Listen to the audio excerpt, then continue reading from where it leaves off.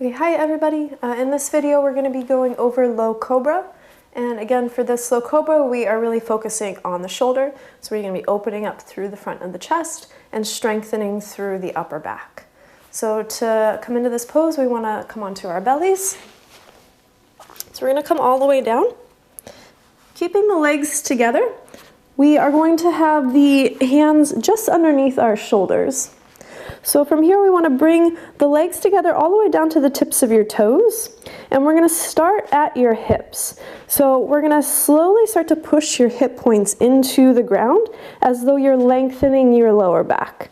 From there we're going to push the tops of the feet into the ground so you feel nice and stable from your waist all the way down to the tips of your toes. So nothing is really going to alter this or move this. This is our foundation, this is our base.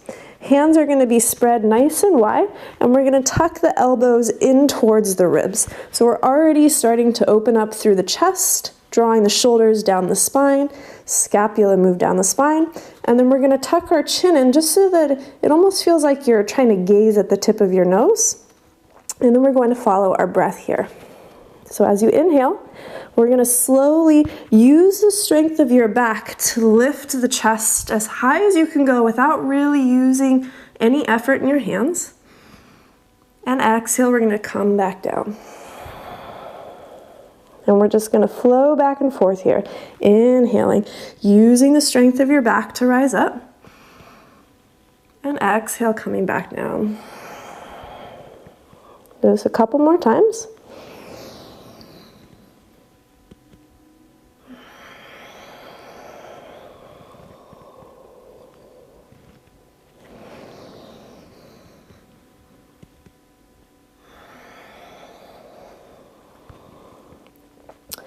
And then we're going to come up and we're going to hold the pose. So we're using that strength of the back. We're not using the weight of our hands. The hands are just there to stabilize us. And we're going to continue to breathe nice and deep as we hold this contracted posture.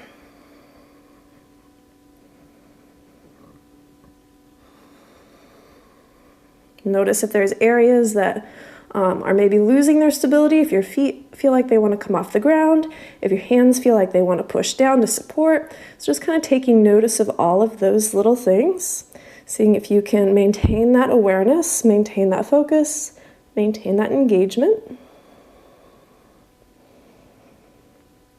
And then as you exhale, we'll come back down.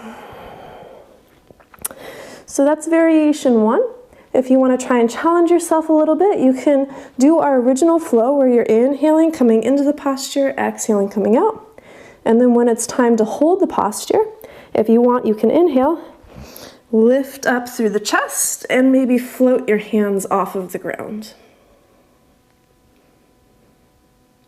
And again, we're going to hold this for about 3 breaths.